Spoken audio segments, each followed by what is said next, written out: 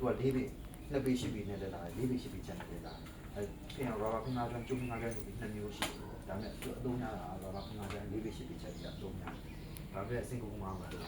စင်ကာပူမှာဒါမျိုးမရှိဘူးနော်ဒါမျိုးသိသုံးတာမရှိဘူးဒီစားတော့ဘာလို့လဲမြန်မာနိုင်ငံမှာတော့အားဆိုတယ်ပေါ့နော်အဲ့တော့သူကလည်းအရင်တော့ဒီခန့် partition တွေပါဒီမှာမျက်နှာချက်တွေမှာသုံးရတယ်အခန်းကာတဲ့နေရာလိုမျက်နှာချက်တွေပါဒီမှာဒီကောင်ကိုသုံးတယ်ပေါ့ခုနောက်ပိုင်းမှာတော့သုံးတာတော်တော်များတယ်ပေါ့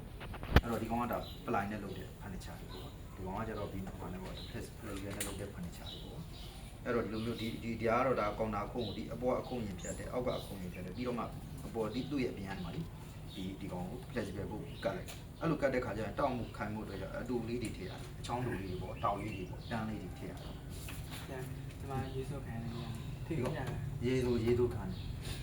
ရေသူခံတယ်ခုလိုကရေအမှုတို့ဘာလို့တော့မလိုက်ဘူးတော့မဟုတ်လိုက်တယ်ဒါပေမဲ့ခုလိုမျိုးပြက်စီးသွားမျိုးမရှိဘူးသူကဟိုဆွေးပြီးတော့ပြက်စီးတာမျိုးပါမျိုးတော့ဒီကောင်ကမရှိဘူး